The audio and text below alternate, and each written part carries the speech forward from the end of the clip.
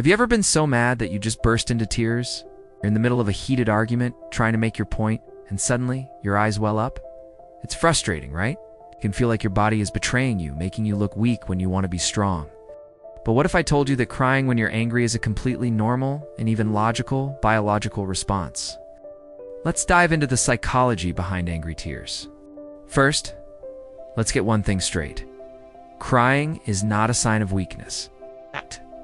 It's a complex human reaction with deep evolutionary roots. To understand why anger and tears are linked, we need to look at our nervous system. When you get angry, your body goes into fight or flight mode. This is orchestrated by your sympathetic nervous system. Your heart rate increases, your breathing quickens, and adrenaline courses through your veins. Your body is preparing to face a perceived threat. But here's the interesting part. Intense emotions, whether it's extreme happiness, profound sadness, or intense anger, can overwhelm our emotional processing centers. Your brain essentially alerts. Think of it like a circuit breaker in your house. When there's a power surge, the breaker trips to prevent damage. In the same way, when your emotional circuits are overloaded with anger, your body needs a way to release that intense energy and regulate itself. Crying is one of its most effective tools for doing just that. This brings us to the parasympathetic nervous system, the counterpart to the fight or flight system. Its job is to calm things down, to bring your body back to a state of rest and digest. Crying activates this system. Very active shedding tears releases feel-good hormones like oxytocin and endorphins. These are natural pain relievers and mood elevators. So when you cry out of anger, your body is literally trying to soothe itself and bring you back down from that ledge of intense emotion. It's a biological reset button. Let's talk about the specific emotion of anger. Anger often stems from feelings of injustice, frustration, or powerlessness. When you're in a situation where you feel unheard, misunderstood, or unable to change the outcome, that sense of helplessness can be overwhelming. Crying in this context isn't just a physiological release. It's an expression of that underlying vulnerability. Your anger is the primary emotion, the one on the surface, but underneath it, there might be a deep well of hurt, frustration, or sadness. The tears are a physical manifestation of those secondary emotions bubbling up to the surface. Think about a time you cried while angry. Were you just mad, or were you also feeling hurt by someone's words? Were you frustrated because you couldn't get your point across? Often the tears start when we feel our anger is not being acknowledged or is being dismissed.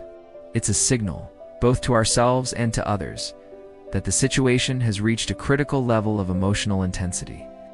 It says, "This matters so much to me that my body can't contain the emotion anymore."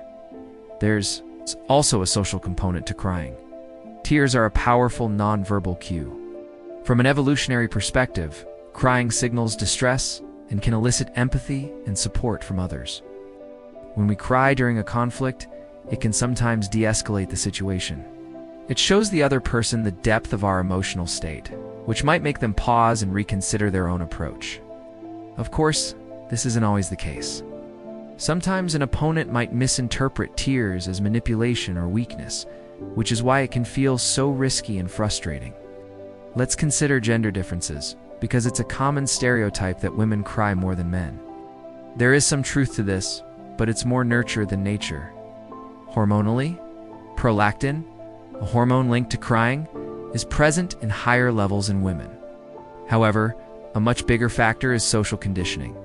From a young age, many cultures teach boys that crying is unacceptable, that they must be tough and suppress their emotions.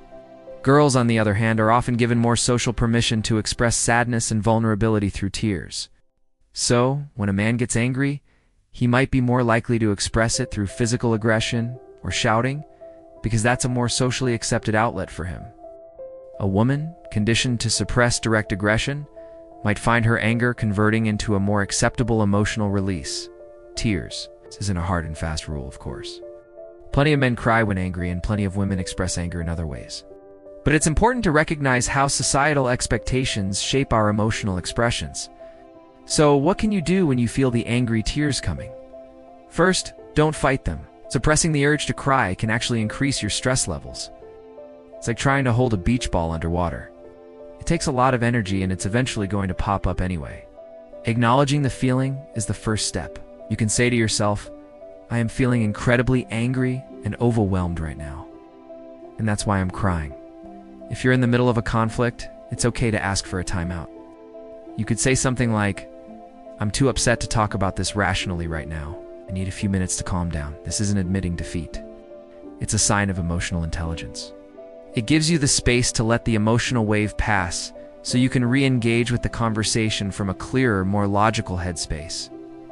Go for a short walk, splash some cold water on your face, or practice some deep breathing exercises. Inhale for 4 counts, hold for 4, and exhale for 6. This simple technique can work wonders in activating your calming parasympathetic nervous system. After you've had a chance to calm down, try to identify the root cause of your anger. What was the trigger? Is it just anger? Or was there hurt, fear, or frustration mixed in? Journaling can be a great tool for this. When you write down your feelings, you're not just venting. You're organizing your thoughts and gaining clarity. Once you understand the deeper emotions at play, you can communicate them more effectively. Instead of just saying, "I'm mad," you can say, "I felt hurt and disrespected when you said that." This leads to more productive conversations and resolutions. Ultimately, crying when you're angry is a deeply human experience. It's your body's built-in mechanism for managing overwhelming emotion, signaling distress, and beginning the process of self-soothing. It's not a flaw in your character, it's a feature of your biology. The next time you feel those hot tears welling up in a moment of fury, try to see them not as a sign of weakness, but as a signal from your body that you've reached your emotional limit and it is time for a release. Embrace it, understand it, and use it as a cue to take care of your emotional well-being. Thanks for watching. If you found this helpful, give this video a like and subscribe for more insights into the human mind. Let me know in the comments if you're an angry crier. You're in good company. See you next time.